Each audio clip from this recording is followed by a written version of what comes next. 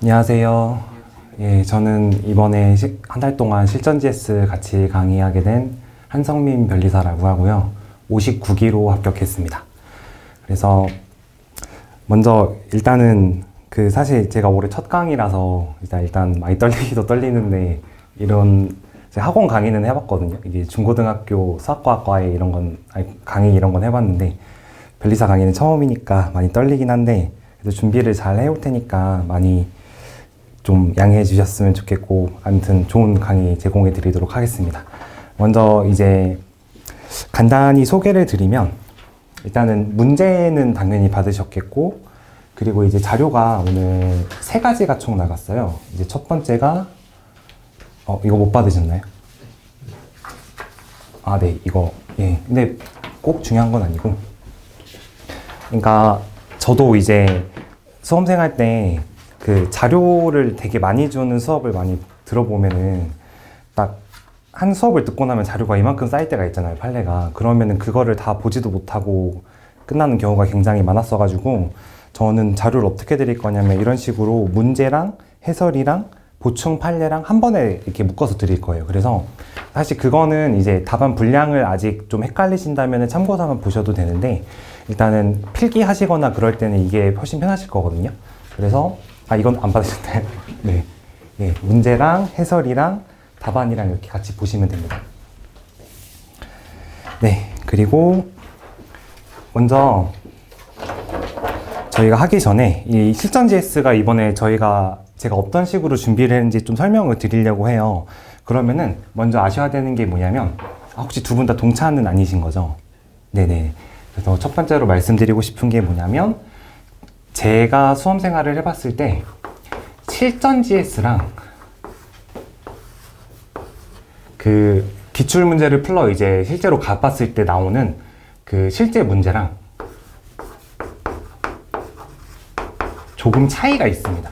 그래서 이제 그 차이에 대해서 설명을 드리기 위해서 기출문제 프린트 받으셨죠? 네. 기출문제 프린트 안 받으셨나요? 네.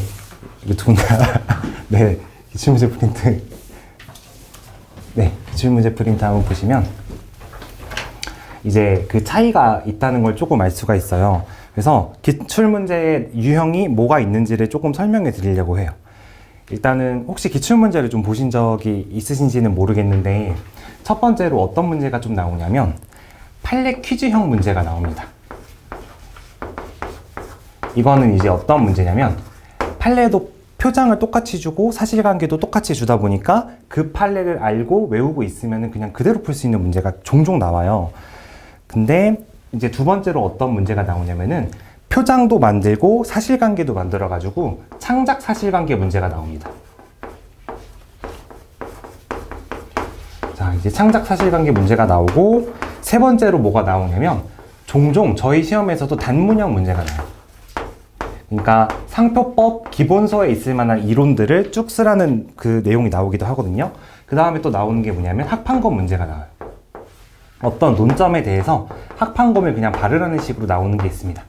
자, 근데 여기서 문제가 뭐냐면, 어떤 문제가 제일 내기 편할지를 생각해 보시면 되는데, 판례를 그대로 내고 표장도 그대로 내면은 일단은 문제도 굉장히 만들기 쉽고요. 수험생분들한테 어떻게 보면은 욕을 안 먹을 수가 있어요. 왜냐하면 정확한 문제를 낼 수밖에 없으니까.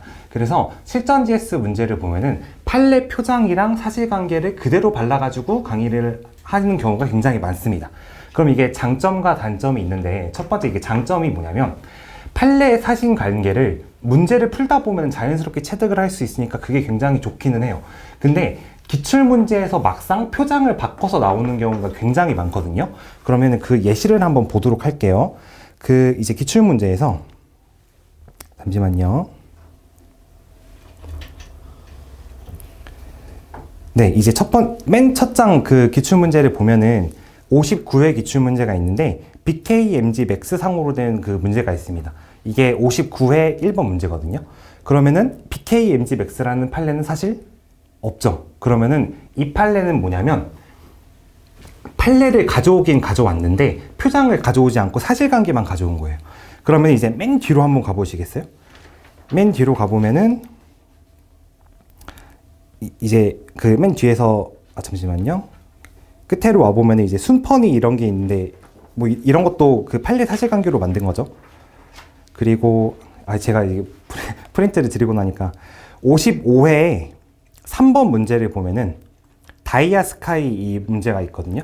그거를 보면은 이거는 타겟 판례가 궤도형 판례입니다. 그래서 이것도 판례로 낸 거긴 한 건데 변형을 한 거죠. 아무튼 이렇게 그러니까 말이 조금 꼬였는데 한 번만 더 정리를 해드리면, 그러니까 기출문제는 이게 굉장히 고루고루 나옵니다. 근데 실전 GS는 이것만 너무 내는 비중이 있어서 저희 문제에서는 이번에 이거를 굉장히 고루고루 낼 거고, 약간 혹시 오류가 있을지라도 조금씩 판례를 바꾸고 섞어서 낼 거라는 거를 좀 미리 말씀을 드릴게요. 네, 그 다음에 그러면 이제 저희 오늘 풀 문제가 어떻게 만들어졌는지를 보게 되면은 1번은 어떤 문제였냐면은 1번의 표장이 뭐로 나왔죠? 완전 뜬금없이 완전 뜬금없이 MGC X라는 그 문제로 나왔어요. 그러면 이거는 어떤 기출문제를 생각하고 만든 거냐면 59회 1번 있죠. 방금 BCMG였나요? 그거를 보고 만든 겁니다. 표장을 전혀 뜬금없는 거로 준 다음에 사실관계만 판례에서 따온 거예요. 59회 1번은 청문각 사실관계를 따와가지고 이상한 표장을 줬는데, 저는 이번에 노단자 판례랑 융커스 판례를 따와가지고 거기다가 뜬금없는 표장을 줘가지고 만든 겁니다. 자, 2번을 보면은 2번은 판례가 뭐였냐면, 이거 타깃 판례 뭔지 아시나요? 2번? 네, 2번이 그쵸? 이게 APM24 판례를 그대로 타겟팅 한 건데 표장을 변형을 했죠. 근데 유사 판단이 들어갔는데 표장을 바꿀 수 있는 원리가 뭐냐면, 구조는 똑같이 했기 때문에 법리가 똑같이 쓰일 수 있어서 표장을 바꾼 거예요. 그리고 이제 3번을 보시면 컬러콤 판례를 그대로 냈습니다. 이거는 이제 기본 문제를 한번 어느 정도 푸시는지 보기 위해서 낸 거고요. 4번은 한설화 판례를 내긴 냈는데 이게 그거를 바탕으로 좀 다각적 조치 문제로 바꿔서 낸 겁니다. 이렇게 문제를 낼 때 조금 생각을 했다는 거를 염두해 주시고서 풀면은 이게 기출문제의 어떤 스타일을 변형을 했구나 이렇게 좀 느끼실 수 있을 거라고 생각을 해요. 네, 그래서 그다음에 이제 강의는 어떻게 할 거냐면, 최대한 그러니까 제가 제일 싫어했던 게 뭐냐면, 실전 GS 강평을 들을 때 답안을 읽어주시는 것 자체는 괜찮긴 하는데 처음부터 끝까지 답안만 읽어주시는 경우가 종종 있었거든요. 그러면은 이제 굉장히 부담이 되고 여기 왜 있지 이런 생각이 들기 때문에 제가 할 수 있는 범위 내에서, 그러니까 물론 읽어드리는 부분도 당연히 있겠지만은 제가 할 수 있는 부분에서 최대한 판례 이해할 수 있도록 많이 도와드리려고 합니다. 네, 그래서 강의 순서는 1, 2, 3, 4번을 이제 순서대로 하지 않을 거고요. 제가 배울 수 있는 거의 흐름에 따라서 먼저 4번 문제부터 진행을 하도록 하겠습니다. 그래서 4번 문제를 봐주시면 되고요. 자, 이제 4번 문제를 보면은 갑은 설화라는 상표를 등록받았고 을은 갑이 상표권을 확보한 이유, 그러니까 갑의 상표가 주지저명하게 된 이유부터 한설화 판례를 등록받은 것입니다. 근데 갑이 을에게 취할 수 있는 조치를 을의 상표 등록 출원이 설정등록 되기 전과 후로 나눠서 검토하라고 했잖아요. 그러면 먼저 이 판례를 딱 알게 되잖아요. 그 한설화 판례라는 걸. 그러면 한설화 판례를 냈을 때 가장 중요한 건 뭐냐면 상표의 유사 판단입니다. 네, 상표의 유사 판단입니다. 그러면 상표의 유사 판단을 어떻게 하는지에 대해서 조금 생각을 해볼 필요가 있어요. 그러면 상표의 유사 판단에 대한 법리는 상표의 외관, 칭호, 관념을 어떻게 관찰하냐면 전체적, 객관적, 이격적 관찰을 해서 어떤 결론을 내리냐면 수요자의 출처에 대한 오인, 혼동이 드느냐에 따라서 판단을 하고 있습니다. 그러면 이 판례가 설치가 될 때 이 세 부분으로 판시가 되는데 각각이 어떤 의미를 가지는지 판단을 해야 돼요. 외관, 칭호, 관념을 그 대상으로 하고 있습니다. 그래서 외관, 칭호, 관념은 의미상으로는 뭐냐면 유사 판단을 할 때 보게 되는 세 가지의 객체이며 대상입니다. 그리고 그거를 대상을 볼 때 어떻게 관찰을 하냐고 하냐면 전체적, 객관적, 이격적으로 관찰을 하고 있습니다. 그러면은 마지막으로 판단은 이렇게 하는 거예요. 수요자의 오인 한동. 그러면 판례가 여러 가지 판례를 보다 보면 어떤 판례가 나오냐면 외관 칭호 관념을 관찰을 하긴 관찰을 하는데, 그러니까 전부 유사하거나 전부 비유사하다면 당연히 그 수요자의 오인 운동이 없다는 결론으로 가게 되겠죠. 근데 어떤 판례들이 나오게 되냐면 어떤 거는 유사한데 어떤 거는 유사하지 않은 판례가 나올 때가 있어요. 그래서 그거를 묶어서 오늘 한번 설명을 드릴 거예요. 그래서 그 자료는 그 제가 통합해서 드린 그 두꺼운 자료를 보시면 되거든요. 27페이지. 네.